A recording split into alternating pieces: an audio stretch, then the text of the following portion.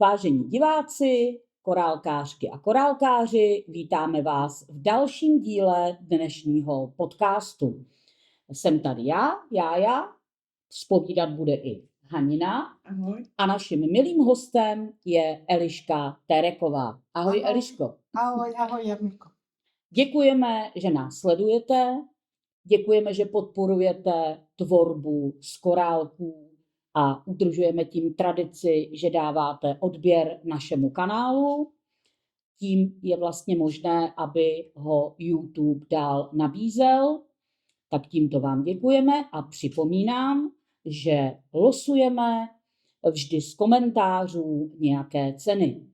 Například po tomto díle s Eliškou budeme losovat jeden z jejich návodů, takže máte se na co těšit. Také bych ráda řekla, že partnerem dnešního dílu je firma Octavius, která podporuje spolek korálkářky, nejenom tento podcast, čímž jim děkujeme. Tak já bych se chtěla zeptat, Eliško, odkud jsi, ahoj, odkud pocházíš, jak jsi se dostala k těm korálkům, vlastně kudy vedla ta cesta? No, já odkud pocházím? Já jsem rozená ze Slovenska.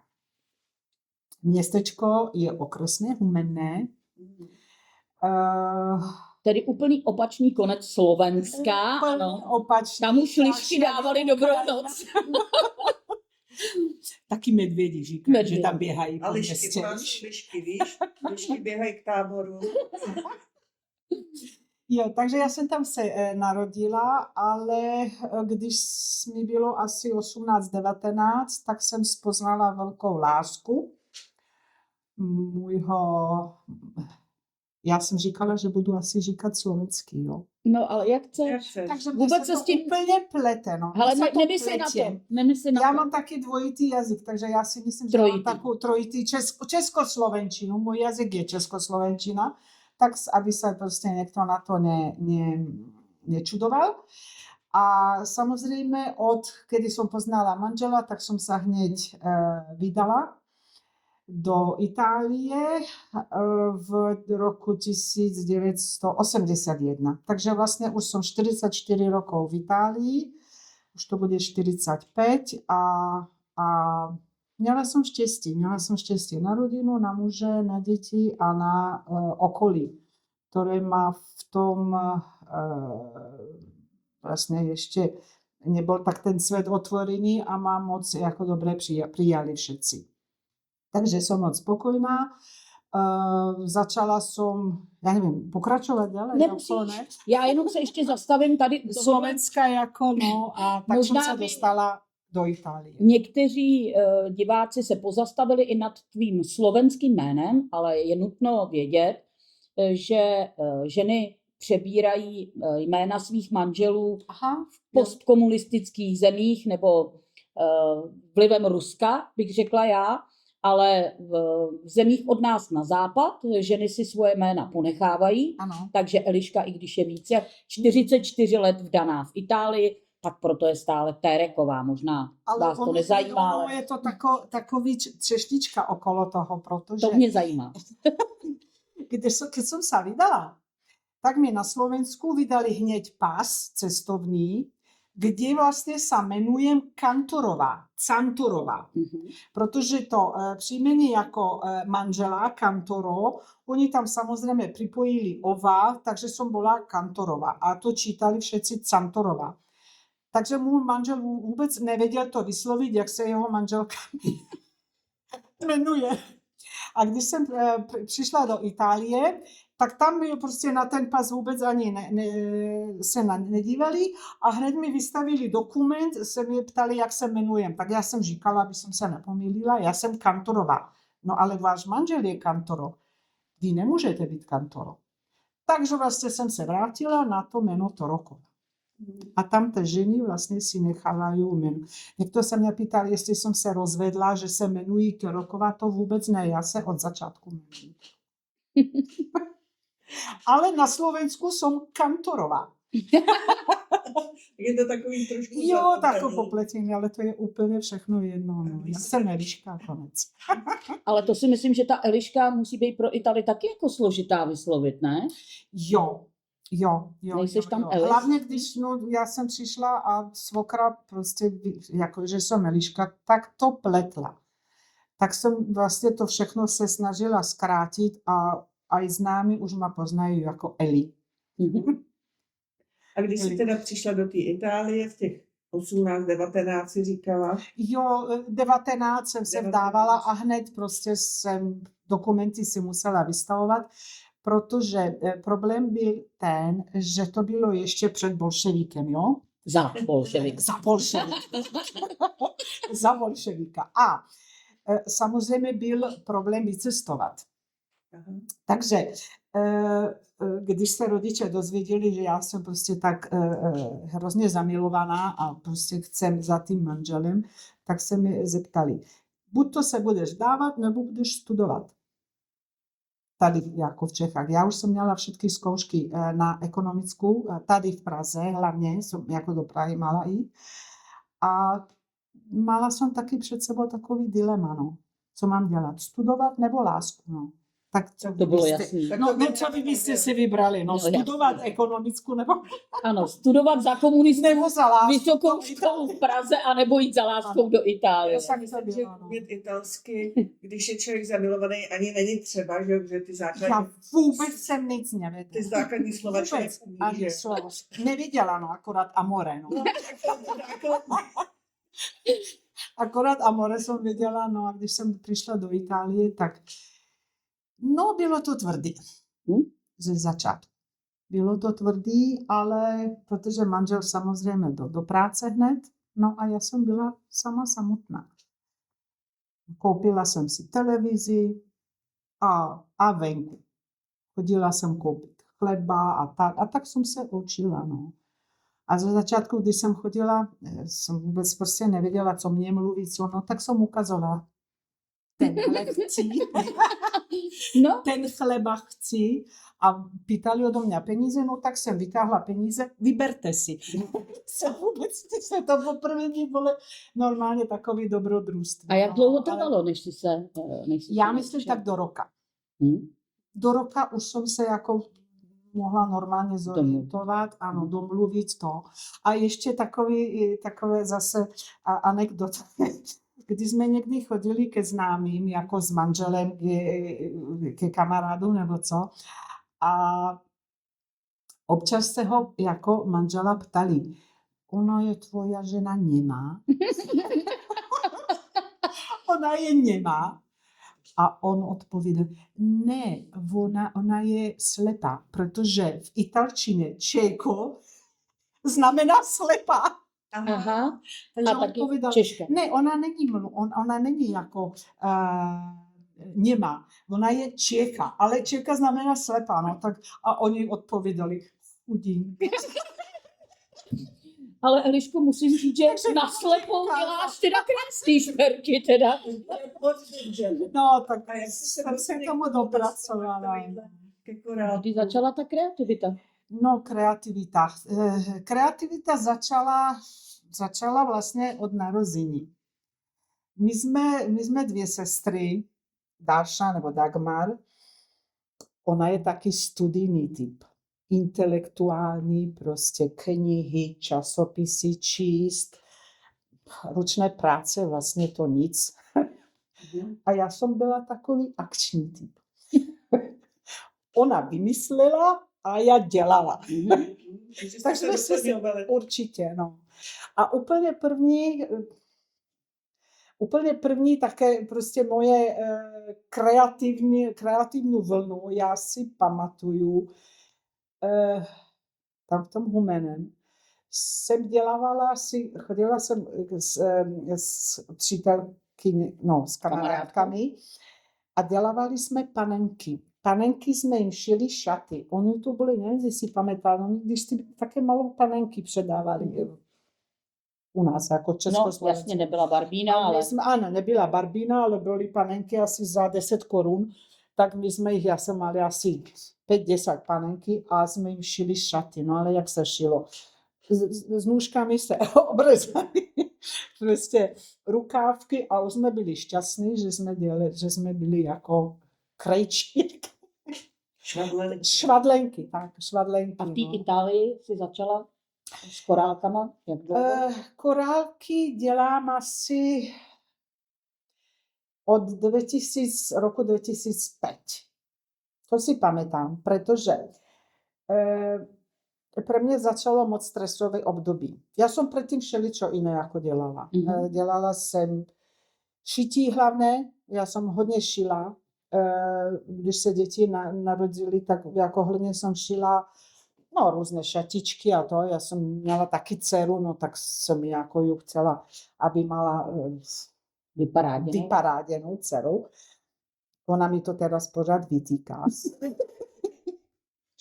Když se podívá na fotky, tak říká, podívej, jak si mě oblékala. Ale to nevadí. No, tak jsem šila, ale to nebylo dobrý koníček, protože je strašný bordel v domu. Takže to jsem nechala, to byl bordel, látky, nitky, prostě všechno. Pak jsme se s dcerou pustili do cake designu. Když to začalo tak trošku jako v módě v Itálii být, jako to byl cake design. A to byla pro nás hodně zábava. To byla zábava, protože já jsem hlavně dělala torty. Já jsem prostě dělalo mě jako cukrářství, takže torta hlavně byla tradičná banánová s čokoládou od maminky recept, takže to byl základ tenhle. A pak jsme dělali z té carta di zucchero, se to po italsky, to je ten fondant. Takže z toho fondánu jsme dělali různé věci. Začali, tak známi jsme to taky trošku prodávali, ale zase jsem toho různé jsme dělali takový třeba narozeninové, nebo když se svatební jsme taky dělali. Takže jsme dost jako začali prodávat a jmenovalo se to jsem se musela jít jako podívat, jak se to jmenovalo, to už bylo jako hodně léta, La Torten. Takže když někdo by si chtěl jako podívat, tak ještě existují stránky Cristina Cantoro, ona mě zabije celá, když Cristina Cantoro, La Torten.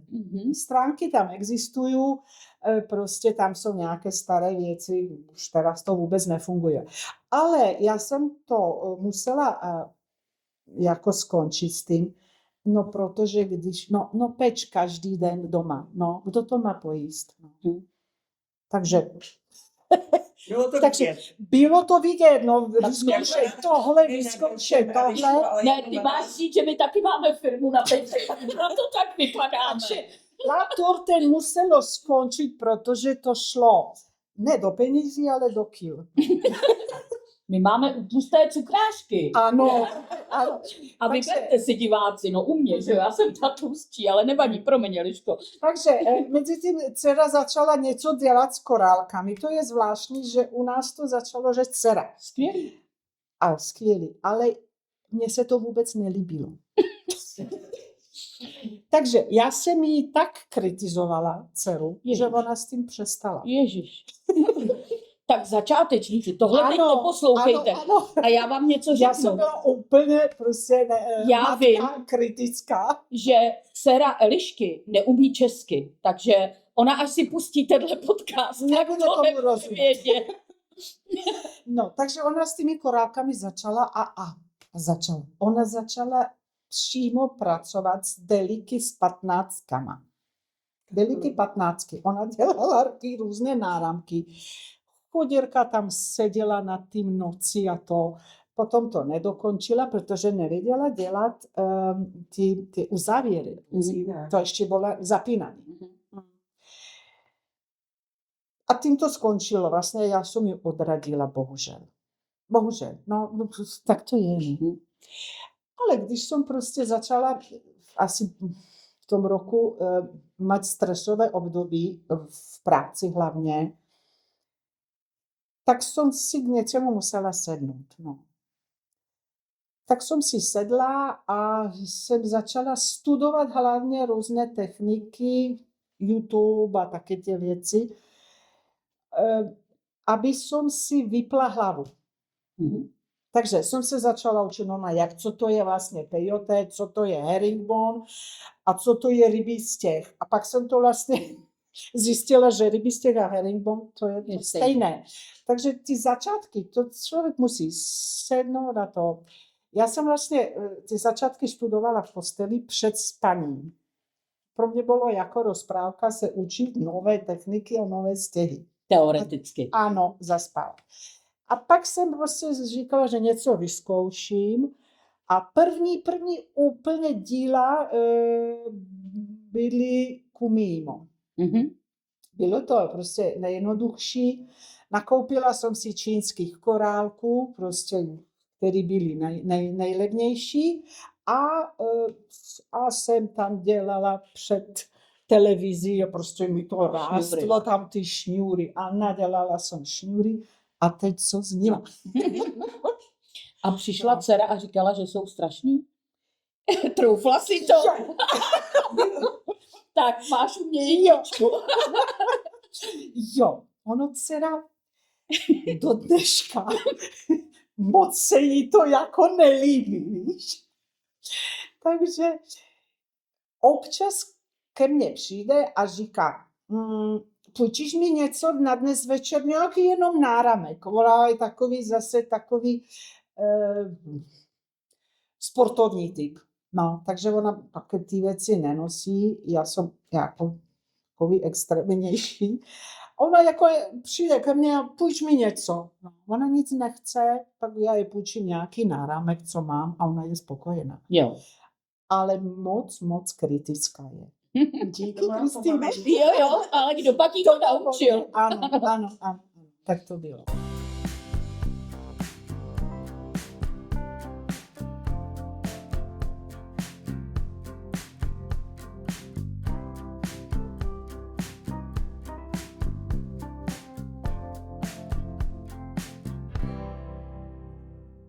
Tak ať se posuneme kousíček dál.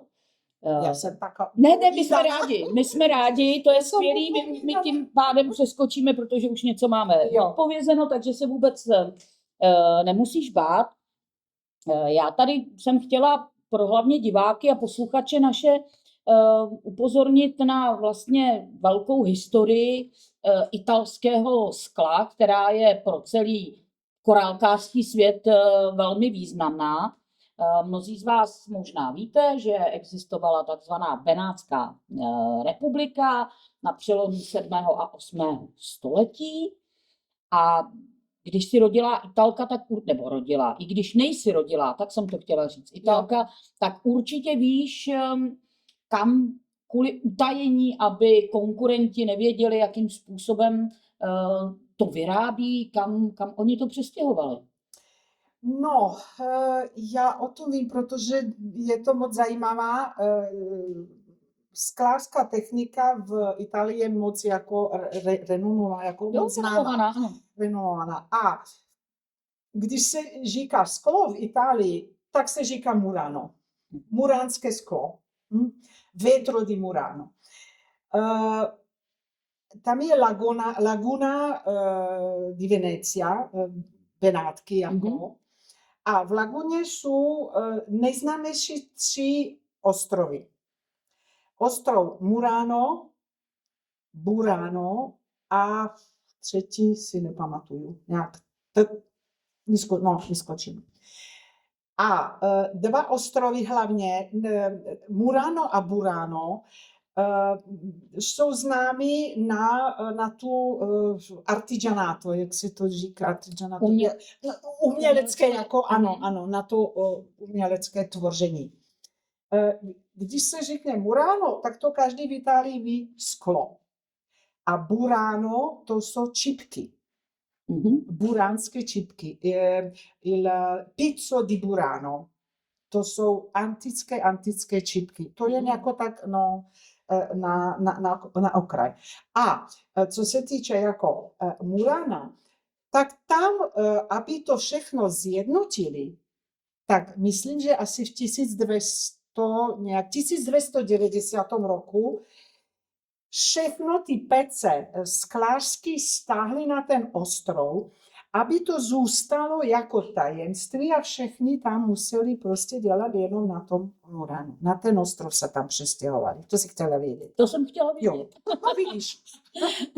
To jsem chtěla A vědět. A Dodnes, ještě tam dodám, dodnes tam organizují normálně turistické návštěvy, aj za malý peněz, určitě 20-30 euro to stojí a tam ti zorganizují normálně celou přehlídku, ti zavezou na Murano a taky na ten třetí, který si vůbec jako to nevadí? nespomene. A ten třetí, co jméno mi nepřijde teď, je vlastně úplně srdce, odkud ta benátská kultura vlastně zešla.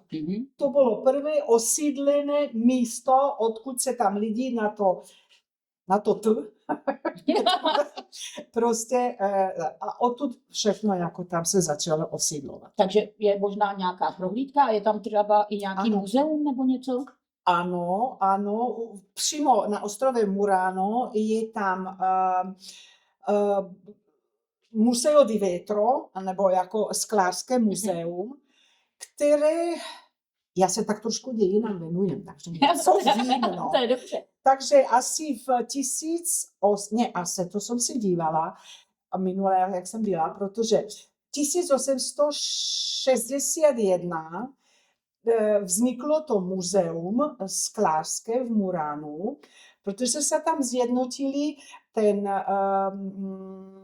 myslím, že to říká starosta s těmi umělcami místními a chtěli prostě a založili to muzeum.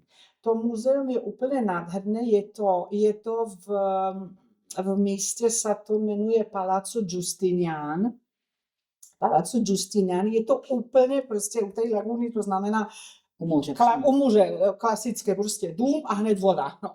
Takže když se to někdo jako chce podívat, tak Palazzo Giustinian je to antické úplně jako palác. A tam je umístěné to muzeum, kde dodnes prostě tam i ty starší prostě skláři, i ty nejmodernější skláři ještě jsou prostě známá je tam Coppa Baviera. Já si to pak vzpomenu. Tak každopádně máme tip pro naše diváky a posluchače. Až pojedete do Itálie, někde do oblasti teda Benátek, tak nejenom do gondoly na lodičku, ale korálkářky a korálkáři se můžou zajet podívat do Murána, na ostrov Murano, teda. Palazzo Giustinian. Coppa Baviera. Je to sklářské úplný skvost. Je to čaša svadobná a vlastně je vytvorená a vymyslená tím, on se volal, myslím, že Alfonso Barovier a on vynašel to Calcedonio, to je mix různých skla, jako, a to je, co známe, to benátské sklo, takový to žilkovaný. To je poměšané kryštál s latozio, s tím bílým mléčným sklem. Tak to... Eliško, když teda ty skláři byli na tom jednom ostrově, asi v tom světě taky bylo takový jako snaha získat tadyhle ty informace, jak se to muránský sklo dělá. To asi je běžný, že každý jakoby rád špioni, jo. A zvlášť z Bohemie určitě.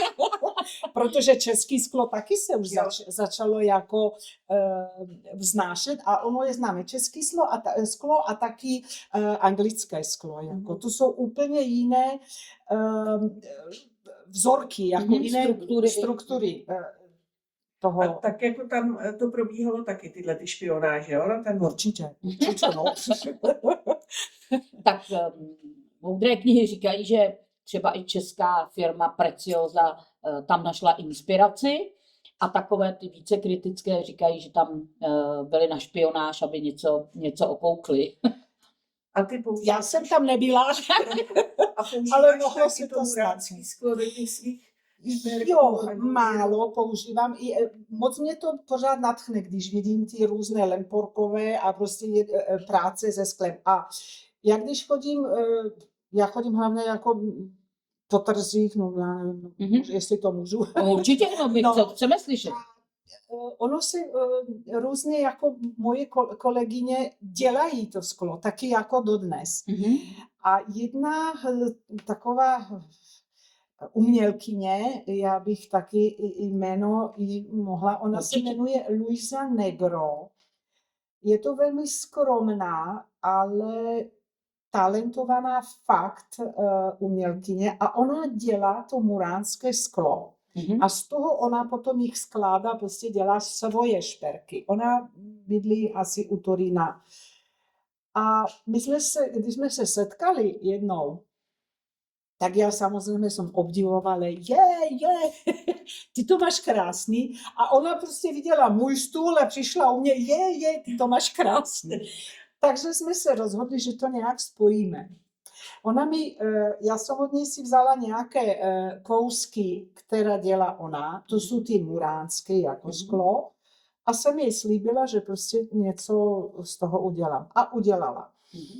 Udělala jsem jeden špek, nemám ho tady. Nevadí, dáme fotku do videa, Nemám ho tady. Jdeme. Ale to není úplně moje, jak bys... Parketa? Ano.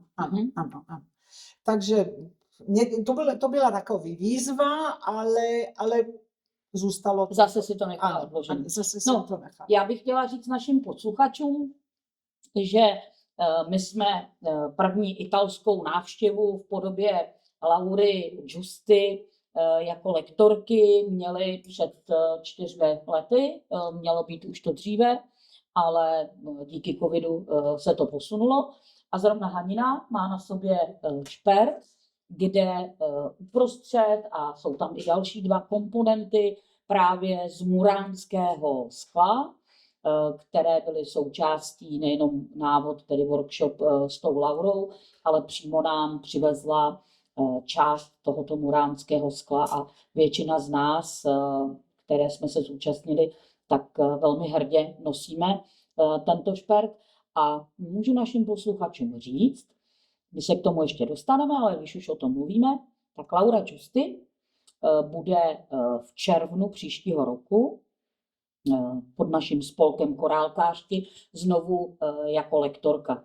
Vždycky se všechny datumy a všechny věci dozvíte na našem webu www.korálkářky.cz a také na facebookové skupině Korálkářky.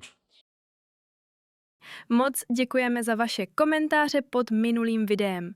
Připomínáme, že pro účast v losování je potřeba nejen zanechat komentář, ale také být odběratelem kanálu. Teď je čas vybrat vítězný komentář.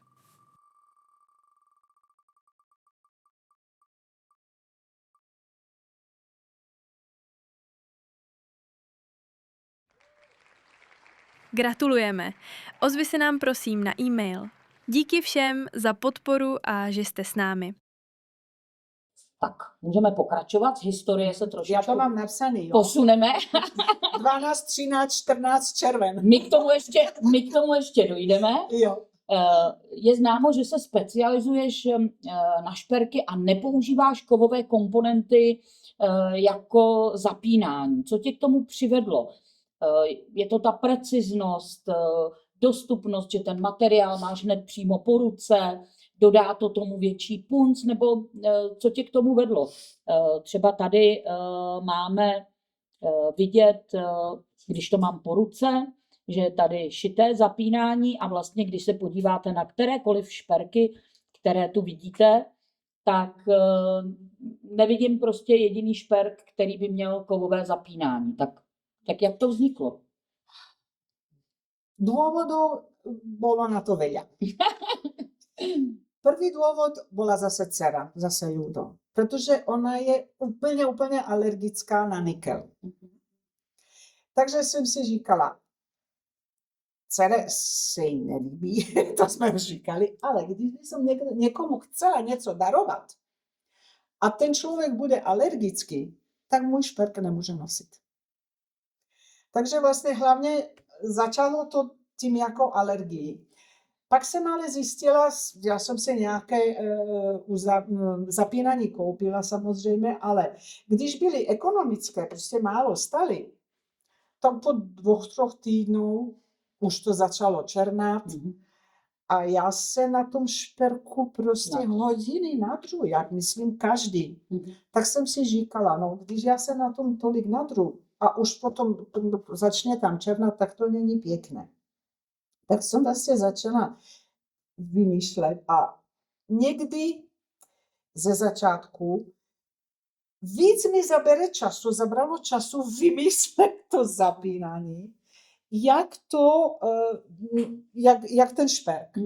Aby to prostě ladilo, aby to bylo třeba tady, ne, počkej, tamhle je pěkný, tenhle... Ten modrostříbrný? Ano, ten mlečná dráha. Ano, to se jmenuje mlečná dráha. To má takový zimní barvy a tam jsem to musela, aby to spolu prostě ladilo a všechno. No. Tam to má vlastně dvojitý to zapínání. Takže bylo to, aby to uzavírali ten šperk.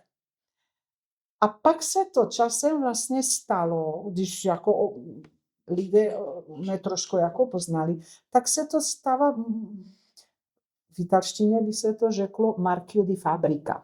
Ano, je to tvůj znak? Ano, je to znak a hlavně když také značka. Když jednoduché takové klasické toršony prostě dělám, tak prostě už mě znají, že vzadu je ten 6hranný uzávěr, který dala Eliška. No, takže musím. Tak je to tvoje značka a... Ano, začíná to tím, aby to šperk nebyl alergický, prostě aby lidé alergický, hlavně na nikel, mohli nosit, protože na sklo, na korálky není alergie, aby to ten šperk dlhoročně vydržel a aby měli něco zvláštního. Ano, a určitě to pozvedává kvalitu. Určitě. Ve videu uvidíte i záběry na jednotlivé kousky, kterých Eliška přivezla teda opravdu hodně málo. Já určitě poprosím Elišku i o fotografii jejího stánku, když jezdí na trhy v Itálii, kolik tam je šperků, anebo pokud se podíváte i na video z Beading Festival Prague letošního, tak tam uvidíte i spoustu šperků Elišky a opravdu je to takovým znakem. A Eliško, řekni mi, jakou techniku nejradši používáš? Pejot, brick, výšivku korálkovou. Co jako nejraději používáš? Samozřejmě chápu, že ta kombinace... První láska na první pohled ano. byla peyote a herringbone.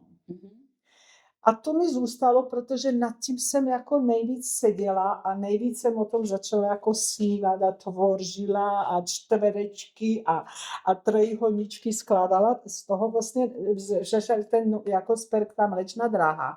Protože to jsou normální, obyčejní čtverečky, ale pospajované prostě podle fantazie. Takže, co jsi to mě ptala? No, jakou techniku nejrád?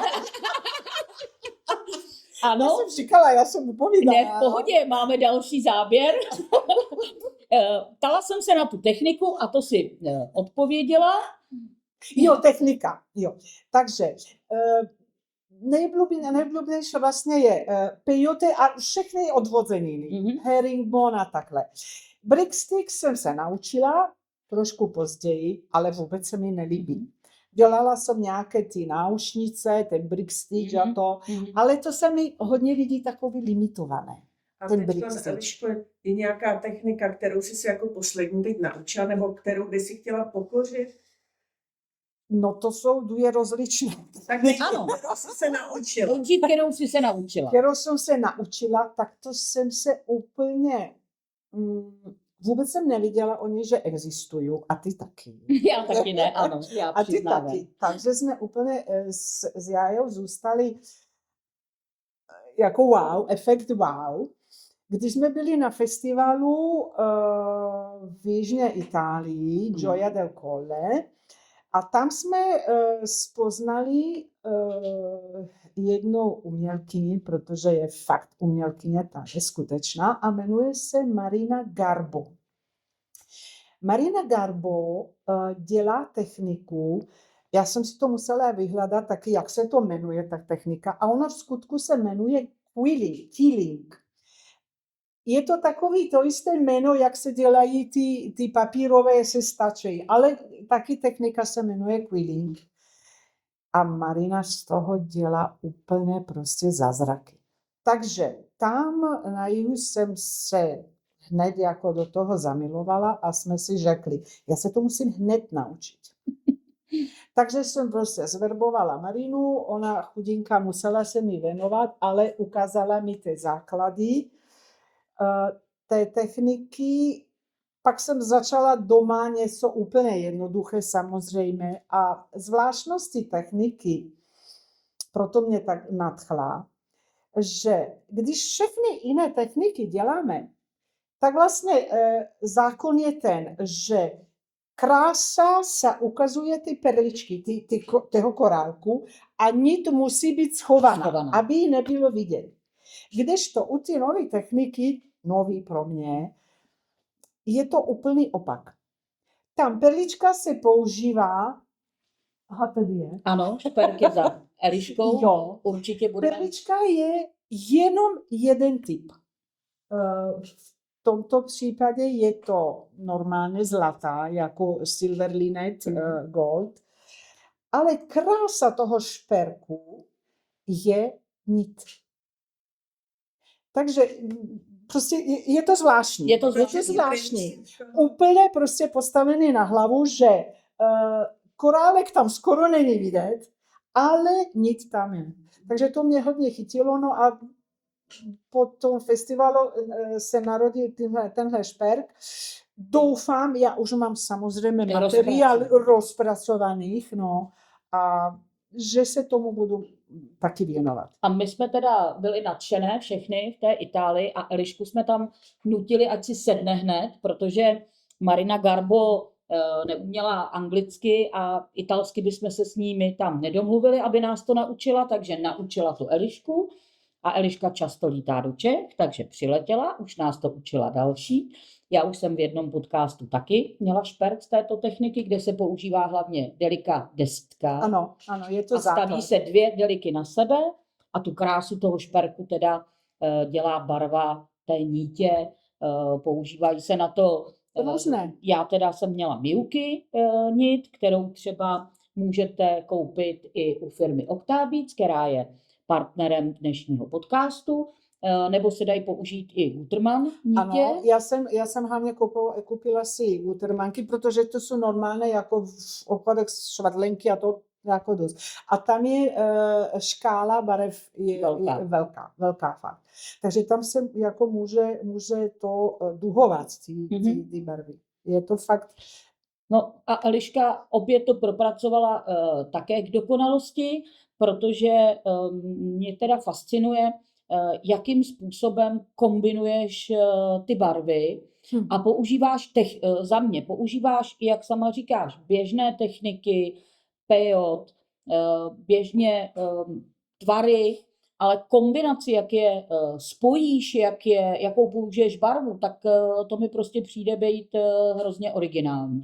Protože technika, kterou ti ukázala Marina, je jedna věc a druhá věc, že si udělala teda úplně zcela odlišný šperk, než ona tam měla. Takže to mi přijde být jako hrozně zvláštní a fajn kreativní. Co se týče barev, pro mě to je všechno. Barvy já úplně zbožňuju. Já neumím malovat, takže nemůžu dělat obrazy nebo co. Ale já chci malovat těmi barvami. Takže já vlastně kombinuju ty barvy a pro mě je to jako se vyjádřit můj pocit jako momentální. Samozřejmě já jsem vyzkoušela hodně barev a pak zůstaly některé barvy moje, které mě reprezentují. Určitě Které se k tomu moje taky nejoblíbenější. No. A kromě těch barev, jaký máš nejradši korálky, jako tvary nebo Jo. velikosti? Jo. Já ještě se vrátím k tím barvám. Já o nich si snímám. Já prostě si večer lehnu do postele a barvy se dívám. Kterou s jakou dokombinovat. Prostě mě to uklidňuje. Já vím, že asi člověk není normální, no ale já si snímám barvy. Že všichni No, korálkářky jsou normální. A Nám se všem zdá o korálkách. Jo, Velké štěstí všech prodejců se nám o těch ano. korálcích a těch barvách neustále zdá a neustále žádáme především ty barvy, které oni nemají skladem. Jo. A taky nejenom korálky, ale taky jako kdo jich prodává. Já si rozšířu svoju škálu prostě těch in italiano fornitore, prodejci. A když jsem spoznala Octobis, tak pro mě to byly nový svět. Ano. Další dveře, další možnosti, protože proč se mi otevřeli? Protože jsem prostě s nimi v styku a jsem říkala, já tohle nemůžu najít tu barvu. Pořídíme, objednáme, Ano, obstaráme. to je určitě velká pravda. Velká pravda a je to krásně jako spolupráce s ním. Spolupráce a hlavně Eliška teda musím říct, že určitě je skvělý zákazník. Eliška netroškaří, viď? Nakupuje jako... Já nemám jinou chybu. No jestli... Já nefajčím, nekouřím, nepiju, nechodím do baru, netančím, nic. Já jenom korálkuju. Já si myslím, že tvůj manžel Gianni může být šťastný, protože ano. Mohla by si pěstovat mnohem jiné koníčky a utrácet peníze. On to uzná.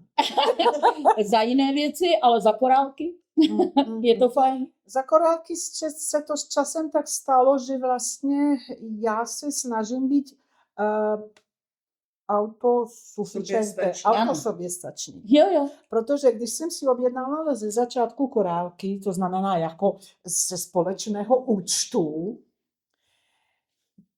tak to jsem musela jako manželovi stále říkat, no, objednala jsem si korálky. Zase si jich objednávala minulý týden. Takže teď už jsem tak sebestačný, že už nemusím nic říkat. Jenom chodí balíčky jako domů, no tak on se dívá, ale už nemůže říkat.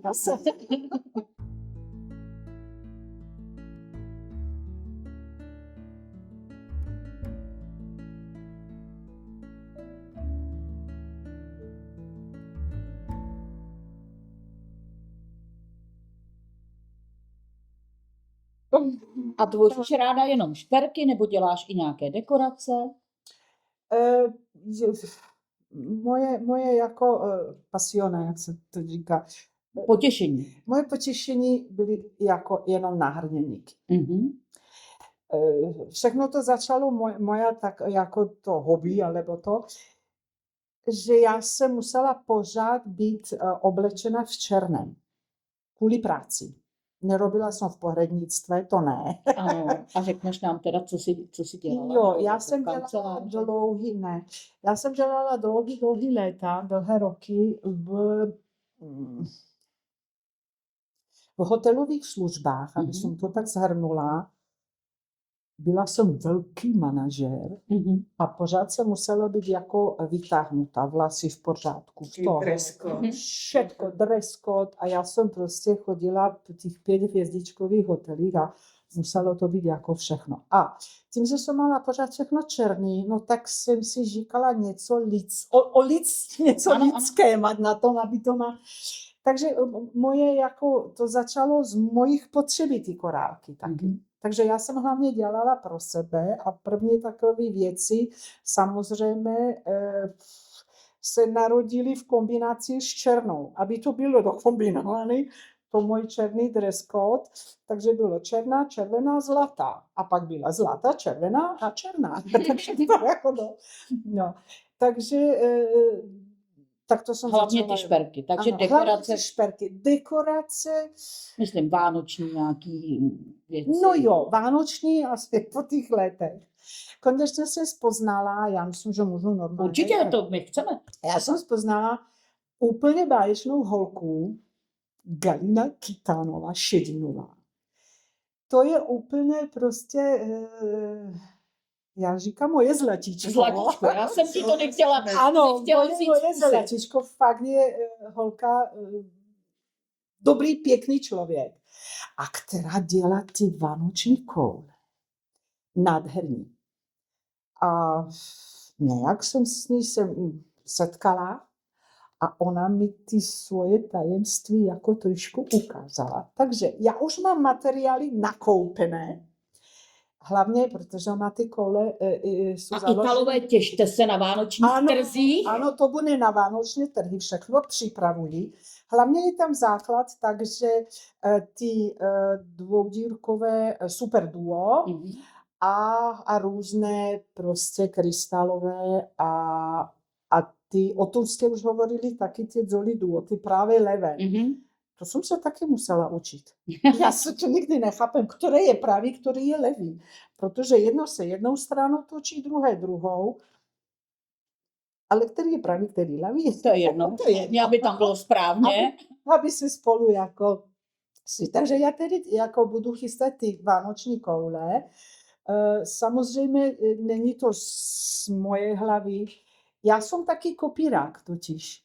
Já něco tvořím a to jsou muky, to jsou bolesti pro mě. A něco relaxuji zase. Takže relaxuji, se učím od těch druhých, protože na světě je tak ty krásy a už všechno přemýšlené. Ano, už to Tak všechny proč se nenaučit? techniky, ano. Ano, ty techniky a ty prostě věci, tak já ráda se učím a taky od druhých, jo. Takže když ti teda můžou tvoji oblíbení poznat podle toho šitého uzávěru, ano. můžou tě poznat i podle barev, jaký jsou teda tvoje nejoblíbenější, nebo z kterých nejčastěji tvoříš? Jo. Já vám jich hned vyjmenuju. 4204. Tak to asi nebudou všichni posluchači vědět. Moment. Já se hlavně orientuju na Miyuki. Vím, že jsou taky jiné značky, třeba Preciosa, moc jako to, ale já kvůli své praktičnosti, abych se to neměla moc pomíchané, tak prostě jsem viděla Miyuki, má barvy to a začala jsem dělat s Miyuki. A barva 4204, A to je stříbrná? to je Duracot Galvanized Champagne.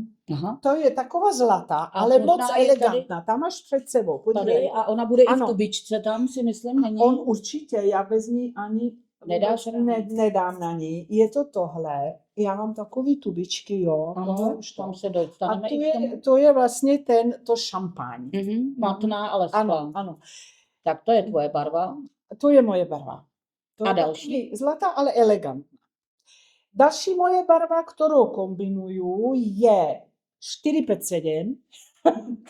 To je bronz, ale ten tmavý. Ten 457 Elko, to light bronz, mně se moc nelíbí. To mi se zdá takový neelegantní. Já nevím, Ano. já to tak prostě Já ti vidím. rozumím. Já prostě si ty barvy jako v hlavě poskládám a vidím jako to, že je to v pořádku. Takže další moje barva je bronzová 457 a samozřejmě, protože ne každý má rád zlaté šperky nebo něco do zlatého, takže potom to kombinuju se stříbrnou a to je 4201. Tak ty, kdyby tě... Klasická A to je stříbrná. klasická stříbrná, to je ale Duracotová, jako posilní. Ano, ano, aby vydržela neodírající se. Takže tebe, když o půlnoci zbudí, tak ty stoupneš do pozoru a tyhle čísla vysypeš. Co dám to určitě. A pak to kombinuju s různými barvami samozřejmě. A- Ale to jsou ty základní. Máš svůj nějaký pracovní koutek nebo místnost nebo dokonce ateliér, kde tvoříš? Jo, já tvořím doma. Nechce se mi to prostě něco víc otevírat, nějaké laboratorium nebo co. To by mě jenom stresovalo. Mhm. Já už jsem toho stresu měla hodně, víš? v té Ano, práci. jako manažer určitě, to Ano. chápu. Takže já ty korálky dělám doma a mám štěstí, protože sice jsem měla 3 děti, ale už jsou všechny pryč. Už mají vlastní rodinu. Takže mi zůstaly některé místnosti a jedna místnost prostě od syna a to je moje studium. To je tvoje království. To je moje království, kde mám všechno. Mám tam velké stoly, mám tam postel, když si chci prostě tvořit a ne sedět. A mám tam světlo, je to u okna a já tvořím v této místnosti. No, já jsem, myslím, asi před 2 roky u nás ve skupině facebookové korálkářky viděla video, jak organizuješ, takže já to vím, ale přesto nám to řekni. Seš ten typ, jako jsem já to klidně A já. přiznám, že já mám tvůrčí chaos a můj stůl je jako Photoshop, čili samá vrstva, anebo si ten, co přesně organizuje a má to přesně všechno svoje místo. Ha. Tak, velká snaha a hlavně, když chci tvořit, je organizace. Takže moje snaha je to všechno zorganizovat. Zaškatulkovat, udělávat to. A já se nazývám takový presýpač, po slovensky. Ano, ano. Presýpač. Já ty korálky pořád přesypuju někde. Jako hledáš pro ně nový balení? Ne, já vám to vysvětlím. Já když tvořím, tak já používám takové tubičky. Jo. Mhm. Já jsem si to postupně, já už mám jich stovky a stovky samozřejmě, ty tubičky. Já. No, tubička. A když tvořím, tak mně se líbí tak dát to jako na stůl a všechno v těch tubičkách, víš? A tak si to jako ty barvy kombinuju. Kdyby jsem měla sáčky, tak to by bylo moc bordel. A to už by mi... To už by by nebylo. Takže já vlastně tohle všechno mám v takových prosvětných, jak se to říká, šupličky, Mhm. jo? Šupličkách a všechno jako jak vojáci postavili. Mijuky samozřejmě. Takže organizuješ Jo. podle výrobce a nejvíc máš teda převažují Miyuki. Ano, převažuju Miyuku. Na levé straně mám toho, když jako podle potřeby. A pak už jsem začala, protože něco třeba Swarovski. Já kombinuju hlavně Miyuki a Swarovski. Mhm. Jako Krystaly a hlavní materiály jsou Miyuki a Swarovski. Takže tubička samozřejmě hned skončí, když začnu prostě něco dělat. Když už mi tubička prostě končí, tak já mám sáčky, takový 50 100 gramové, jo? Takže já si tam dám ty sáčky. Jsou další šuplíčky, kde ty sáčky. ano, kde jsou ty 100 gramové sáčky, s kterými já ale nepracuju. Mhm. Když mi končí tahle tubička, tak já vezmu ten sáček a přisypu si do tubičky. Ale Když samozřejmě, končí sáček, když končí sáček, no tak ono už mě poznají ty prodejci, že voláš SOS. volám a já nekupuju 10 gramů. To znamená, já kupuji buď to půl kila, nebo už někdy jsem se zeptala, a kdy kilo mi dáte? Takže ty velké sáčky, originální, třeba 250 gramové, to jsou ty Miyuki, oni jsou v jiných šuplíčkách. Ještě, že máš Takže to přisypuju, rozumíš? Rozumím. Ty největší dávám do těch 100 gramových a ono to má svoji výhodu, víš? Protože vím, co mi končí. Mhm. Já už vidím ty velké sáčky, kdy už jako jsou skoro prázdné nebo nejsou, tak já automaticky vím, že už tohle musím dokupit, ale já mezi tím můžu dělat, protože tubička je ještě Ještě plná. plná. Takže já to objednávám třeba 2x, 3x do roka, já si udělám takový objednávku, o které manžel ví, ale nemůže nic. Nenamítá. Nenamítá. Takže já jsem takový organizační přesýpač. A samozřejmě, když začnu pracovat, tak jsem jak normálně všechny korálkářky na stole bordel. Mhm. Ale na tvoření musí mít pořád. Pořádek.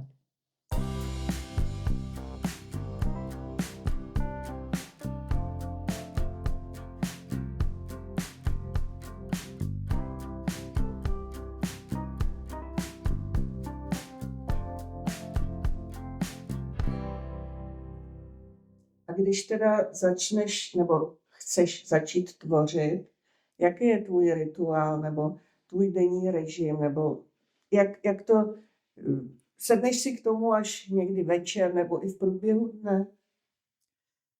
No Ježíšmarja, já se pořád k tomu sednu. Teď už je takový čas, že já fakt já se považuji za úplně šťastnou důchodkyni, protože já se trochu věnuju samozřejmě, mám vnuka, 3 děti mám, 3 vnuci, Vnuky. Vnuky. 2 vnuky, 1 vnučku. Vnučku. To by som jako říkala, Katerínka je taky. Takže já se věnuji hlavně jako dětem, ale když nejsou, tak já mám dní jenom pro sebe. Já mám úplně báječného muže, který má taky svoje hobby. On je na počítače, Mhm. takže on má obsadil tu další místnost volnou, víš, a my si tam sedíme. On si sedí v své místnosti, já si sedím své, normálně od rána do večera. No, to je skvělý. Manžel chodí na plavání každý den, aby se trošku jako udržel, hlavně tu páteř. Už by se měla chodit taky já to vím. Ale já ráno vstanu, prostě nějakou snídaně na rychlo a už mám v hlavě, já už říkám manželu, já už jdu, víš, já vím, jdi, a já už jdu prostě sadám, protože večer jsem promýšlela, jak něco vyřešit, takže já stala prostě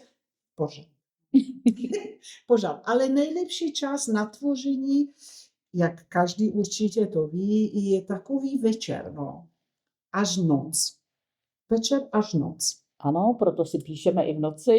Ano. A je to teda pro tebe i způsob relaxace, ty korálky? To závisí. Já mám svou tvorbu rozdělenou na 2 velké jako psychické tvoření. Relaxace, to jsou ty věci, které opakuju a přilepšuju. Takový pevěte diagonálně nebo takový těmi zigzag. Já vám to musím, ono se nemenuje to moje tvorba zigzag, ono se jmenuje důvěra. Má to svoje jméno. Ty zigzagové věci, které jako mě trošku reprezentují, to je důvěra se jmenuje. A zase jsem se stala. Nevadí, a pak ta druhá část, to jsou ano, ty jednoduché. to jsou ty relaxační věci, které už znám. Vím, že jich prodám, protože se líbí a mě to třeba, aby jsem byla sebestačná. A pak je ta druhá část, která jako je tvořivá. Někdy se mi do toho moc nechce, víš, protože to jsou muky, já jsem nikdy se sebou nespokojen. I když vytvořím něco prostě jiného, moje, Ano. Je tam já na tom pořád náročná. vidím nějakou Seš moc chybu. kritická. Asi jo. A je to spousta A- párání a Ano, párání, stříhání, různé prostě nepodárky. Já si před sebou jako dám takový no, ten krk velký, víš, a já si to tam ukládám na tu pannu nebo co, a já se na to dívám, někdy tam prostě dívám se tam úplně do prázdna, aby se mi ta nitna nepřišla tvořivá. Takže to už není relaxace. To už pro není. mě. Ne, to už není relaxace. To je tvoření, ale já jsem četla, že prostě ty umělci, to není všechno jenom, jak se hovorí, To růžové, ano. růžové. To už musíš něco dát ze sebe. Vytrpět. Ano, vytrpět bolesti a čas. No. Vybereš tu inspiraci. Jsou to No. květiny, barvy. Já květiny mám Příroda. ráda, ale moc to není, jak si předtím říkala, není to moc můj parket. Inspirace mě pořád... Já jsem začala tvořit podle svých šatů. Já mám prostě nějakou něco oblečení a na sebe dívám a si říkám, co by k tomu by jsem si vytvořila. Takže vlastně moje inspirace je oblečení. Ano, móda. Ale někdy moda. A samozřejmě nejen moje. Já když chodím na nákup nebo někde na nějakou výstavu nebo co, tak se dívám na ty ženy, víš, jak jsou oblečení a si říkám, co by jí tak seklo. Takže já se dívám na ty ženy a si říkám, no, a podle toho tvořím. To je krásná inspirace. Podle toho tvořím a podle toho i ty barvy ladím. A co by si třeba začínajícím korálkářům nebo korálkářkám poradila, nějaký vychytávky, nějaký takový Nějaký trik? trik? No. Nebo fígl? No trik nebo fígl, no je těžko, no trik nebo fígl. A třeba, když jako chcete ty uzávěry dělat, tak ono ten špek je fakt o mnoho hezčí, když má aj ten uzávěr. Prostě ne tak odfiknutý. No. Ano, i to zapínání. Aj ty zapínání. Takže se soustředit na zapínání. To je na tím nejhorší. Já vím. Já taky, když si sedím, tak člověk by tam hodiny seděl a prostě tu šnůru nebo zigzag nebo co a korálkuju. A když přijde nakonec, tak prostě tam musíš uvažovat. Takže uvažujte. Jo. Věnovat péči. Věnovat péči, hlavně tomu detailu. Pardon, Hlavně Haničko? Já ti tak jako trošku napovím, co jsi Jo. poradila nám, tak Ano. jako při tom šití toho uzávěru, Jo. aby se to... Jo, to je špáračo. No, řekni to.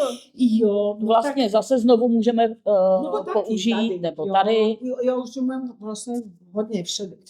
Takže to jsou taky moje dost reprezentativní, buď to jako ten trojúhelník šitý pejotem. To se volá jako americké téčko, ne? Ano, zapínání americké téčko. Ale když si děláme to téčko, to T-bar, tak většinou jako to pejote, ono se tam ohýbá. A tím, že se to ohýbá, no tak ono to potom není pěkný. Tak já jsem si vymyslela, samozřejmě, co člověk měl po ruce, dát tam prostě špárátko s kleštěma to prostě zkrátit na tu délku, kterou potřeba, prostě dát ju. A samozřejmě to nějak uzavřet perličkami, aby to barevně potom sedělo se šperkem. A tím pádem to špárátko tam dobře drží. Super. A je to prostě jiný, jak vidíte, prostě na různých, že se to hýbe, nebo co. No. Funguje Ale to krásně. Funguje to krásně. Zkusili jste. Jsme rádi, že i naši posluchači díky Elišce Térekové, která je naším hostem dnešního podcastu, jste se dozvěděli i také něco z jejího know-how, které my teda díky tomu, že se už několik let přátelíme, používáme. A Eliško, ty jsi už několik let právoplatnou členkou spolku Korálkářky. Musím říct našim posluchačům, že pravidelně Eliška přilétá i na naše víkendové setkání, ale dokonce i na jednodenní setkání, i na kratší kurzy. Co pro tebe spolek znamená a co ti přináší? No, pro mě znamená vracet se k domu. Vracet se domů. Itálie je pro mě prostě, když jsem tam přišla, tak jsem se tam učila jako žít po italsku. Takže, aby jsem byla pořád upravená, barvy doladěné, aby jsem říkala, co se mi říká, co se má říkat. Ano. No. Manžel do dneska, on se mě snaží jako dokřesávat, abych byla to. Já v skutku taková nejsem. Já tu chodím prostě k tím korálkářkám. Já vás božňuji. My tebe taky, vy to víš dobře. Abych se tady cítila prostě doma, abych věděla, kam patřím. Abych Ježište. se tam myslel prostě někde ne. To je, no nepláč, no, ty taky ne. Ale já to tak, ale Jo. vy to víte, že já to tak Ano, prostě a my prožívám. musíme teda ještě zmínit, Eliško, promiň, že my jsme letos tady s Hanou a ještě s Andreou Kalinovou navštívili festival první ročník v Itálii v březnu a Eliška teda byla se svým manželem tak neskutečná hostitelka celý naší české grupy, která tam byla. Chtěla nám samozřejmě ukázat i krásy té jižní Itálie, za což my jí moc děkujeme a jsme teda jako opravdu šťastní, že sem jezdí. Eliška nám taky hodně pomáhá, právě když přijíždějí italské lektorky, tak ona nám neúnavně překládá, takže nemusíme složitě z italštiny do angličtiny a z angličtiny do češtiny, ale Eliška nám všechno vždycky hezky přeloží, takže jestli si stále pamatuješ ten datum workshopu s Laurou Giusti, který bude v příštím roce, tak nám ho řekni. 12, 13, 14. Ano. Jún, červen nebo džunjo. Takže v příštím roce, 2026. Určitě to příštím se roce moc v červnu my se budeme těšit na italskou grupu a samozřejmě na Elišku. My už jsme s Eliškou měli i několik sezení, několik workshopů. Eliška vytvořila takový speciální šperk, kde je jeden z komponentů, my jsme právě měli jako workshop, učila nás novou techniku a určitě i ona bude zase znovu nás něco učit, protože i třeba říkala si Pohoda, že to důvěra, pardon, omlouvám Má se. staré 2 strany, víš? Ano, protože vlastně všechny ty její zigzagy, kterými říkáme důvěra, můžete použít ve 2 různých barvách, tak tohle byl jeden z prvních dní, kdy my jsme seděli ve Voticích a Eliška nás učila tady ten šperk, kde teda najdete i něco podobného na videu na YouTube jako Určitě. bezplatný návod, také my jsme ten kurz měli bezplatný od Elišky, tak nám ráda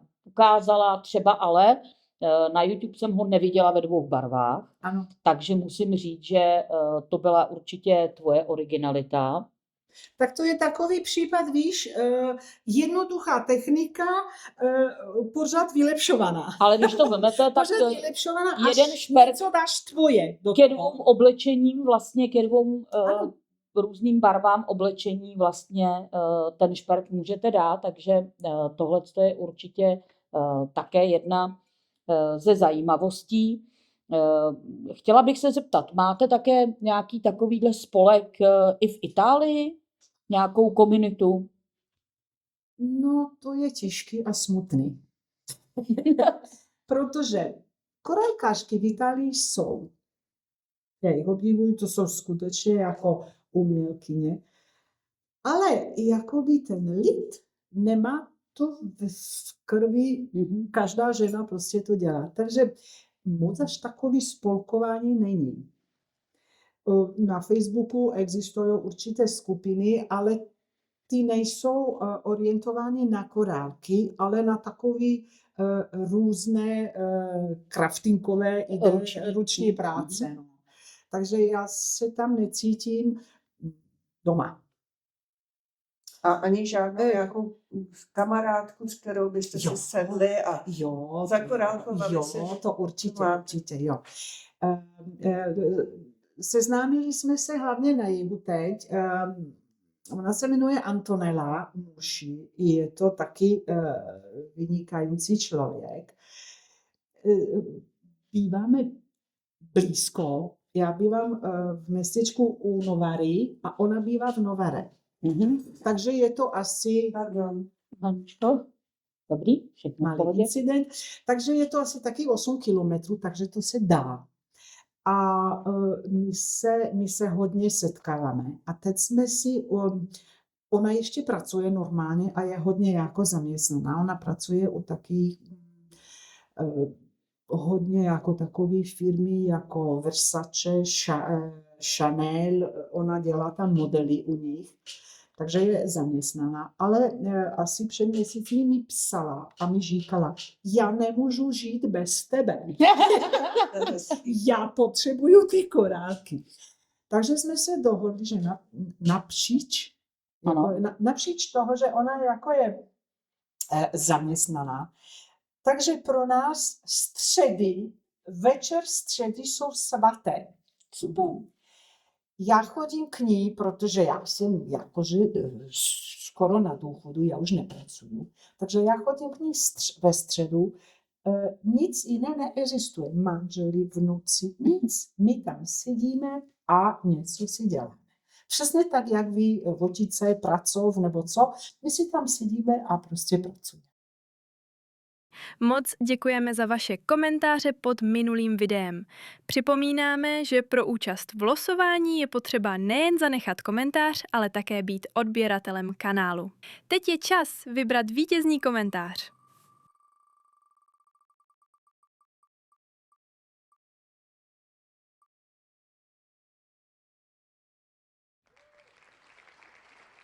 Gratulujeme. Ozvi se nám prosím na e-mail. Díky všem za podporu a že jste s námi. Tak to je skvělý. Oklebečíme. No, že si našla někoho, kdo je blízko, protože Itálie, samozřejmě víme, dlouhá země, spousty kilometrů od jihu na sever a ty bydlíš spíš v té severnější části, takže setkávat se není tak jednoduché, není to za 5 minut se dostat k sobě, takže si poznala někoho, kdo má rád korálky. Příznivá duše. Můžu si jako o korálku popovídat. Takže když jsi začínala, to jsi ještě měla rodinu, děti, pracovala si a teď, když už nemusíš chodit do práce, věnuji se těm korálkům víc nebo tak nějak stejně? Hodně víc, pořád. To jsi říkala, jak... V mé hlavě je to už jakoby nějaká práce, no ono to je závislost už taky. Ono to, ten koníček už prorůstá v závislost a někdy si musím říct, Eliško, dost. Choď si nějakou procházku nebo choď si poplávat, protože se nemůžeš jako hýbat. No. Toho času já hodně jako fakt jako trávím. Protože mě to baví. Nikomu to nevadí, nikomu nic špatného nedělám. A pak, když teda vytvoříš proč by ne? Ty hezké věci, pak teda to prodáváš na těch trzích? Jo. Nějaký pravidelný? Jo. Nebo Takto. Já jsem ze začátku, každý začala dělat ty korálky pro sebe, pak pro kamarádky.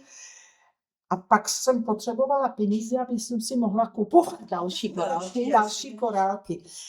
Takže jsem vyšla jako na trhy a zase se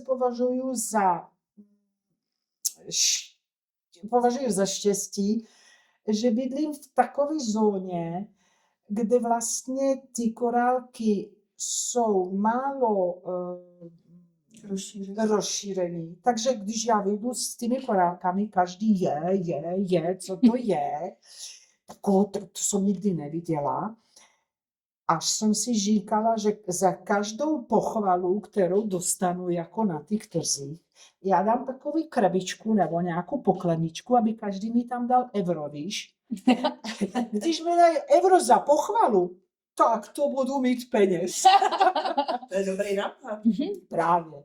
Takže pochvaly hodně, samozřejmě něco se mi podaří taky prodat. Začala jsem na trzích, abych to měla jako ten obrat. A dalo by se teda říct, že ty italské ženy nejsou tak šikovní, jako třeba já nevím, Rozumím. u nás, že jsme takový kreativnější. Něco tak, myslím, že nebude to moc pěkný, ale nejsou šikovní. Fakt. Oni se Nejsou na ty ruční práce. nejsou. Já ti tak povím. A když někoho jako potkám, třeba jakože o korálkovině, tak já zjistím, že ona je buď z Ukrajiny, nebo z Ruska. Rusky jsou úplně krásné umělkyně. Ale jsou v Itálii, takže nejsou Italky šikovné. To jsou zase jako z jiných zemí. přistěhovalky jako já. Mhm. Italský najdou se samozřejmě klobouk dolů, jsou různé, ale nejsou ruční práce tak rozšířené jak tady. A řekla by si, Proto vám to tak funguje. funguje, to je pravda. A řekla by si ale, nebo aspoň mně se to zdá z mého pohledu, jsou odvážnější v módě, jak v oblečení, tak odvážnější v nošení těch šperků? Jo. To já sama jsem tam se naučila být odvážnější, protože vrátím se k tomu, že já jsem tam prostě pořád musela být černá oblečení. Takže se mi líbily takové šperky větší, extrémnější, odvážnější, aby to něco jako říkalo. A to bych nazvala jako odvahu. A hodně italských žen to apprezzare, jako to... Umí to nosit? Umí to nosit, takto. Umí to nosit. Já někdy si říkám, já ten šperk třeba takový jako důležitý, já ho asi nikdy neprodám. Já ho dám prostě na stůl a je to mě hezký, já jsem, a hned si prostě A to můžeme třeba zmínit zrovna tvoje oblíbené papričky, tak asi bychom měli zmínit designérku, kdo je autorem toho designu. A určitě. Moja umělecká muza vůbec je, to už každý o mě ví, že je Svetlana Roloff. Jo, Svetlana Roloff bydlí v Německu, zase originálně je ruského původu a já ji považuji za úplně vůbec jako světovou umělkyni, co se týče vědět se těmi korálkami jako vyjádřit. Takže já jsem začala vlastně, já jsem takový žákyní od Světlany, může trošku jako ty Roloff? Můžeš, určitě. Takže jak když jsem si dověděla před lety, že ona začala takový, já jsem to objevila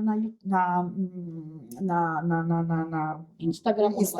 Prostě na počítači, když člověk sníval večer, že Svetlana Roloff začíná dělat svoje kurzy a jmenovala to čajové posezení. Tak tam jsem se zapsala.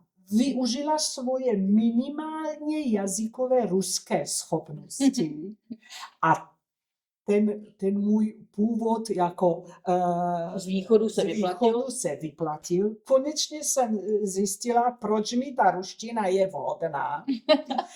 Protože se mi jako rozuměla ty Svetlany Roloff. A to byly online kurzy? Nebo? To byly online kurzy. Úplně první kurz s ní byl tenhle nádherný náramek.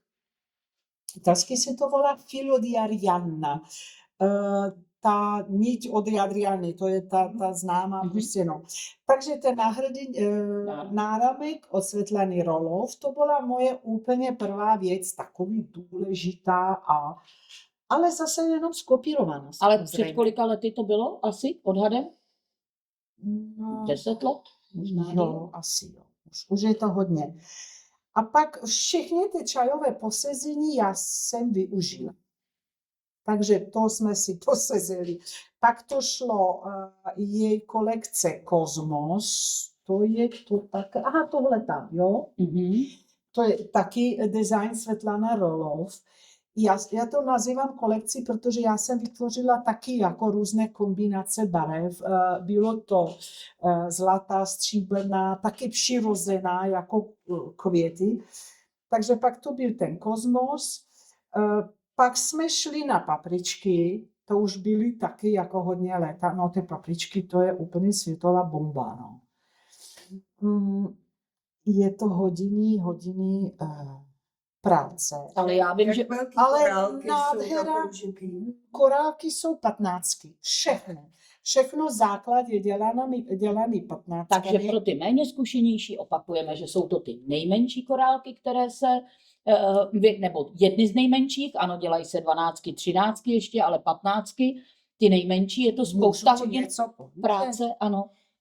Víš, že existují a už jich neprodávají 16? Jo, Jo. určitě. Úplně tak, no to jsou flešky. Flešky. No, říkám, i Preciosa má ano. 12,0, ale 16. nemá tak velký, já teda mám i doma, ale nemá tak velký průtah. Ano. Čili nedá se s nima několikrát prošívat, Ano. což teda ty japonské mají.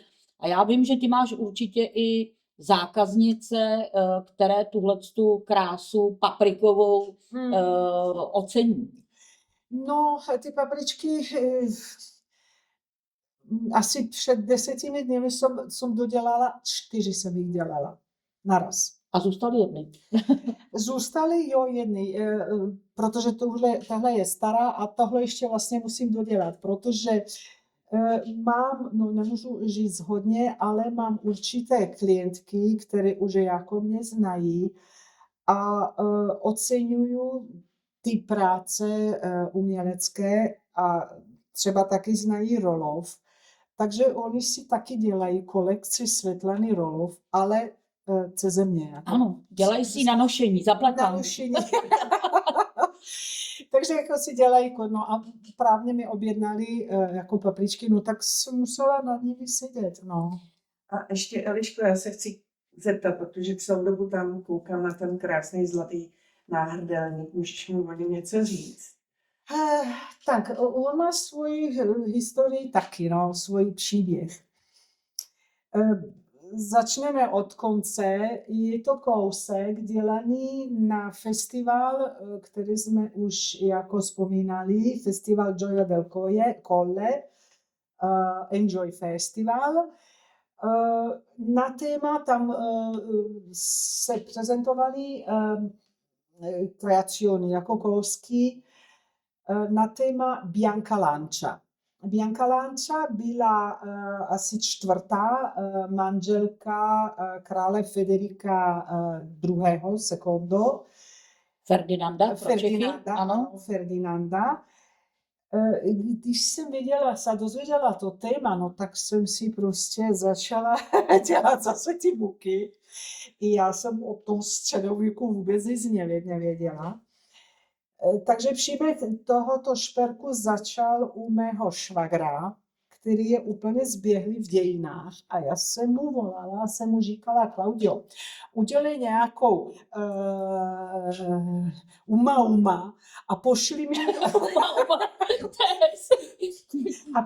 mi co v tom prostě determinátom O co jde vůbec? o co jde, abych prostě nebyla, abych tam byla zběhla. Takže on mi poslal celou studium, prostě maily mi posílal.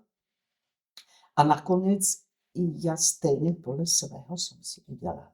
No ale získala si ten obraz toho té doby. Té doby. Takže z toho švagrového studia mi zůstaly barvy. Jsem si říkala, že ty barvy byly hlavně ta zlatá, prostě, která zdůrazňovala to království a tu důležitost, bohatství. A pak tam byly 2 barvy, jako se kombinovaly. Ta tmavočervená, rubínová, nebo se hodně používala modrá, ta tmavomodrá. Já jsem tam nechtěla hodně jako barev, tak jsem si vybrala červenou. Pak už ten termín šel, no už pomaly se blížil. V hlavě všechno bylo, materiály byly. základ jsem měla v hlavě jako prostě vytvořit něco takový tvarovaný a důležitý, aby to bylo. Mezitím bohužel jsem byla operovaná v lednu, koncem ledna, měla jsem těžkou operaci. Když jsem byla ještě oberlých, v hlavě to jako se mělo, bohužel se stalo v rodině úmrtí švagra, ne toho, co mi studoval, druhého. A tak jsem musela letět prostě urgentně do Česka. Perličky jsem si s sebou vzala, které jsem měla v hlavě to. Takže ten projekt naše se zrodil v mém rodinném velkém smutku. Já jsem tam byla sama u sestry, které jako manžel zemřel, a já jsem tam seděla 4 týdny. Nemohla jsem se hýbat, samozřejmě, já jsem měla svoje barly. Sestra při mě plakala, ještě samozřejmě ona prostě to prožívala jasný, ale ve hlavě jsem musela a tvořila jsem ten královský šperk. A já musím našim posluchačům prozradit, že tvoje zapálení pro to mělo velký úspěch, protože byl teda vytvořen pro soutěž na tomto festivalu a získal ve velké konkurenci opravdu umělců krásné 3. místo. Takže určitě gratuluji. To jsem byla strašně ráda. Já si myslím, že taky. Já jsem se z toho opravdu velmi těšila.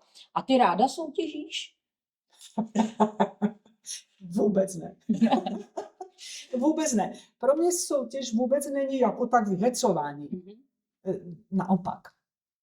Já když něco tvořím, tak musím tvořit prostě pro sebe. Já si musím svoji volnost. Já když mám termín, tak to už mě blokuje. No ale já nevím proč. No. Já musím říct, že ty jsi se také zúčastnila celosvětové mezinárodní soutěže Battle of the Beadsmith, pro kterou byl vytvořen ten šperk v té kazetě. Bylo to Dream, ano. Sen. Musím říct, že pro mě je to teda sen, protože je prakticky jenom v mých barvách. A dalo by se říct ve velmi neobvyklých tvých barvách. Ano. Růžová, fialová, je tam teda ta šampaň teda použitá. Tak jak tohle, to se ti opravdu zdálo? No, to má taky svůj příběh. Jak jsem se zapsala, no, ty víš, protože já už jsem ti to děkovala. Vlastně mě Jája vyzvala k této soutěži. A pak já jsem asi ono to vyjadruje ta písnička. Víš, co je ta česká písnička? Já si řeknu, na to mám. Já na to mám, ano. Tak jsem si řekla, já mi říkala, no zapiš se nějak, prostě to projde. Není to o vyhrání, ale o to zapojit se. No tak jsem si řekla, no uvidíme. A začaly muky. Samozřejmě už jako ve hlavě to začalo výžit předtím, než se mohlo začat korálkovat. A jak se ty barvy v mé hlavě zrodily. Na jednom trhu přišla tam jedna klientka ke mně. Já z ní mám ještě fotku. Úplně fialové vlasy. Fialové, ne tak. Fialové vlasy. Úplně moderná Italka, krásná. Oranžovou šátek.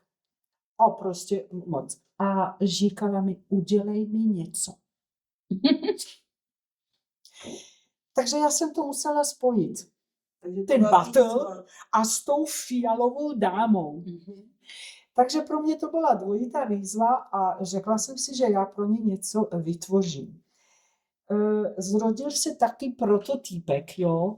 Ono se zrodil ten jednodušší a jsem si říkala, no tak pro ně by to byl a tak jsem se na to dívala, to jsem říkala, no tak ho pošli do batlu. A jak jsem se na něho dívala, ono je taky chudobný, no nějaký takový, ještě mu něco chybí. A to bylo už asi koncem, srpnu. No. Tak jsem si jako dívala se na kalendář a zase jsem si řekla, asi na to mám. Nemáme, asi na to mám. A já ho udělám znova a větší. Takže jsem si sadla noc a den a noc a vznikl ten sen. To vlastně jako reprezentuje můj sen a moje sny často se vážou na já létám v snech, jo. Jako normálně létám. Mám různé druhy letení. Někdy létám, jakoby ten zadek má nějakou vrtulu. Takže si tak létám a si tak dívám na ten svět.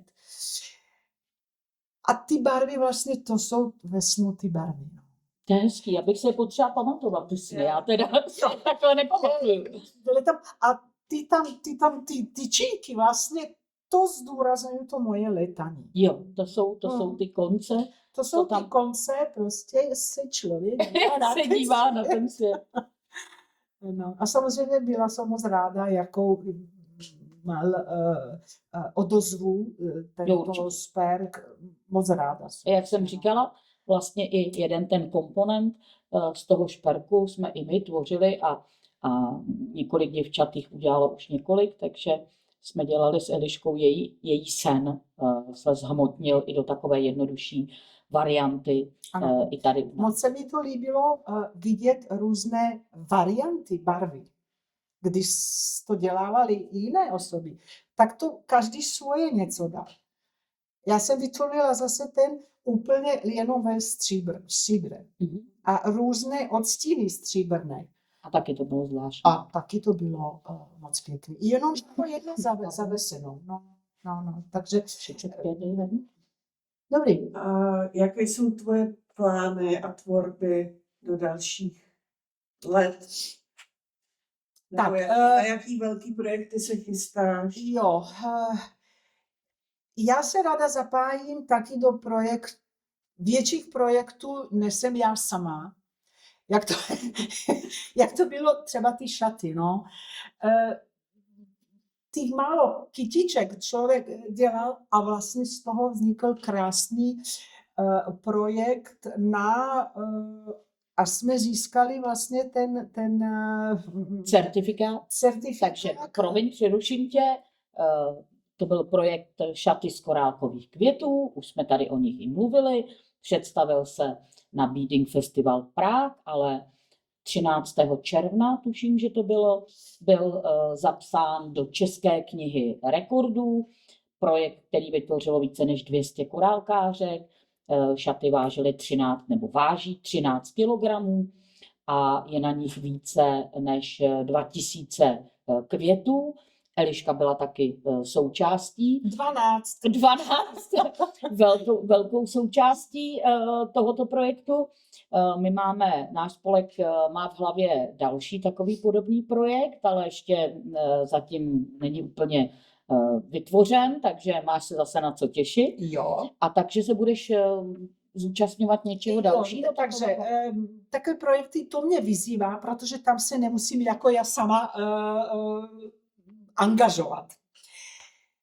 Co se týká mojich plánů, aby jsem něco takové vytvořila svoje a velké, tak mě hodně zabrala a se mi zalíbila ta vlastnost těch 15, že se z toho dá jako něco tvořit.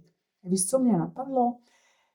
Udělat nějakou vestičku z těch 15. Můžeš si to představit? No, já se to představit dovedu. Jo, takže to je moje jakoby další sen. Další tvoje výzva. Ano. Vestička z 15. Ano. Nevím kdy, nevím jak, nevím barvu, ale už o tom sním.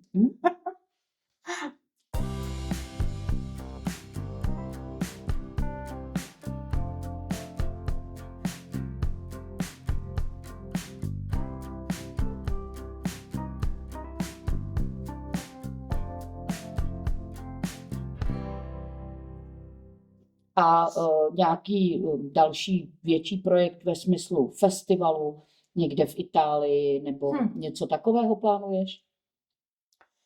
Jo, já ti asi budu lézt do tvojí zahrádky.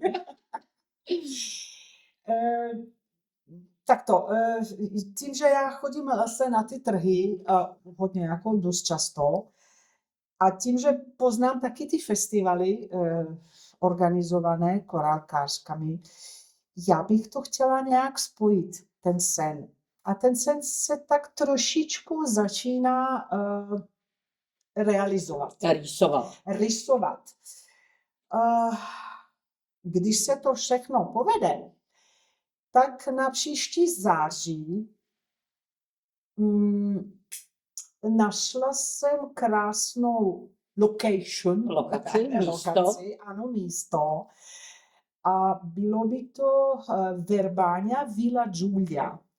Villa Giulia, to je taková starobylá krásná vila, i ještě jako ve funkci. Už jsem začala jednat taky s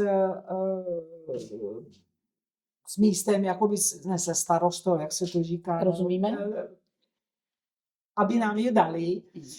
Takže já by do ty vily chtěla přivést korálky. Přivést korálky ne je samozřejmě jenom moje. Kdyby se to líbilo, kdyby se to povedlo, prostě zase něco vytvořit a v rámci těch korálků. No. Udělat tam nějaký, já nevím, jak to nazvat, jestli takový, festival děláváte vy. Já bych to nazvala festiválek. Ale pokud... Takový malý festiválek v září. Jo. A on bude spojen jenom s korálky, nebo tam bude i jiná tvorba? To ještě není definováno, protože prvá edice, kdyby byla orientována jenom na korálky, já mám strach, že by to jako moc ve velkým nedopadlo. Když ta zóna Verbania je to Lago Maggiore.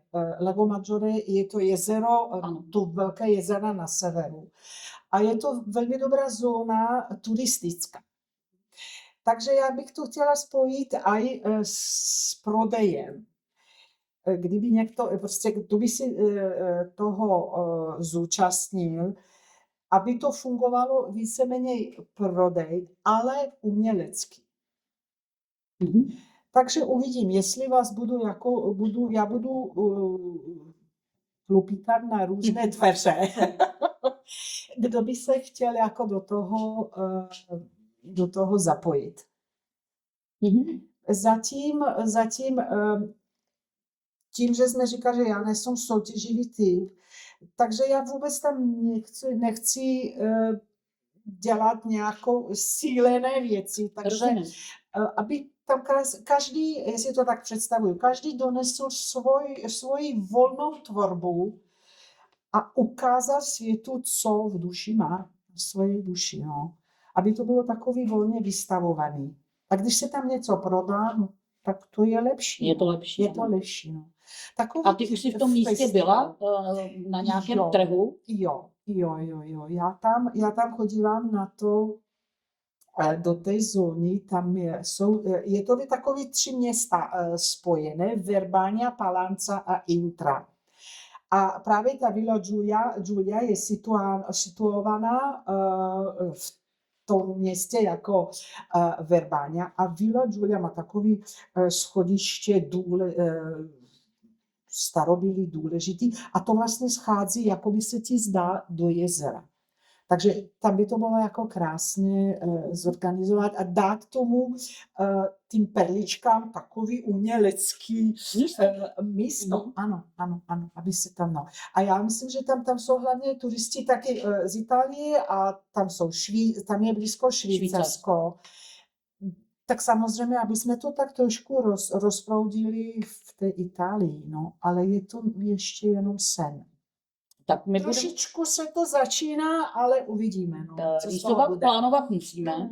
kdybychom si mysleli, že už nás nečeká nic jiného než kremace, tak to by byl smutný život. Takže musíme věřit, že všechno dojde. Ty víš, že budeš mít i u nás oporu, když bude potřeba. No, určitě. Takže protože my v tobě máme oporu velkou, takže my se budeme těšit, že na ty dveře budeš klepat na ty správný.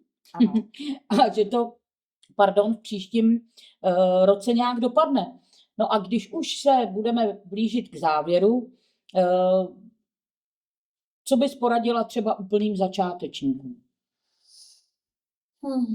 Nebo co bys jim chtěla vzkázat třeba? Jo. Úplně jednoduchý. Když vás to baví, tak to dělejte. Když vás to baví, tak to dělejte. Když vás to nebaví, jak moji dceru, tak to nic neexistuje, vás k tomu nic nedokope. Ale když vás to baví a prostě relaxuje, tak dělej. Studuj to, co ti potřebuje. Někdo potřebuje prostě se naučit peyote. Někdo se potřebuje nějak zladit barvy. Tak si to nějak prostě sám člověk se sebou musí bojovat. To ti nedá, vychytávky ti může dát Eliška, nebo Jája, nebo jiné velké umělkyně, jo. Ale to svoje tam člověk musí. Potřeba. A Eliško, kde tě můžou posluchači a diváci vidět? Třeba máš facebookové stránky nebo nějaký svoje? Jo, něco mám. I když nejsem moc jako takový technologický typ nebo stálý, že prostě tam pořád něco publikuju, to ne. Ale jsou stránky webové, bez problému pořád jako jenom jméno používám. Takže ano, dáme odkaz pod video. Jiné jména, jenom Eliška Toroková. Pak mám dost funkční v poslední době Facebook a Instagram, no, ale nejlepší, prostě já se cítím nejlíp doma jenom publikovat takové 24-hodinové stories, co dělám, co to a to mě jako spojuje s lidma a s mými klientami. Takže, vážení posluchači, nebojte se, dáme odkaz, kde byste Elišku mohli najít a její tvorbu v daleko větším měřítku si prohlédnout, i když moc fotografií tam nemá. Budeme jí muset trošičku postrkat, aby zaktualizovala i svoje krásné webové stránky. Já bych chtěla se ještě zeptat, Eliško, spolek Korálkářky vyhlásil ve spolupráci s firmou Octabeats soutěž na téma Poklady moře, která ještě probíhá, tak jak seš na tom? Vím, že nejsi soutěžní typ, ale máš něco v hlavě. Nemiluju termíny, ale už tady něco je. Takže protože přetáčíme, tenhle díl poběží v době, když už se bude blížit uzávěrka. Vyhlášení této soutěže bude 21. listopadu na Pracově, na našem tvořivém víkendu, o kterém se můžete dozvědět více na našich webových stránkách. Také o soutěži, o jejich podmínkách najdete na webových stránkách anebo na našem YouTube kanále máme samostatnou část věnovanou právě o soutěži, o tom, co je potřeba použít, jak v češtině, tak v angličtině. No Eliško, byl to teda nádherně strávený čas s tebou. Já jsem si to nesmírně užila. My ti moc krát děkujeme. Díl bude asi dlouhý. Já teda budu doufat, že ne vůbec, to se neomlouvej, že posluchači a diváci vydrželi. Položím vám otázku nyní. Napište nám prosím do komentářů, co je typické pro Eliščinu značku. Pokud jste poslouchali pozorně, tak jste se to dozvěděli. Takže napište nám do komentářů, co je typické na špercích, především náhrdelnicích, které tvoří Eliška. A v následujícím díle uvidíte losování, kde jeden z komentářů získá návod od Elišky na vlastně jeden z těch komponentů toho petlového šperku. Takže máte se na co těšit. Takže my vám děkujeme za pozornost a těšíme se zase za 14 dní. Loučí se s váma Jája Hanka? A Eliška, já moc děkuju. Děkuju za tu možnost prostě pobavit se spolu. Protože to je důležité, to je důležité. děkujeme moc. Děkuji.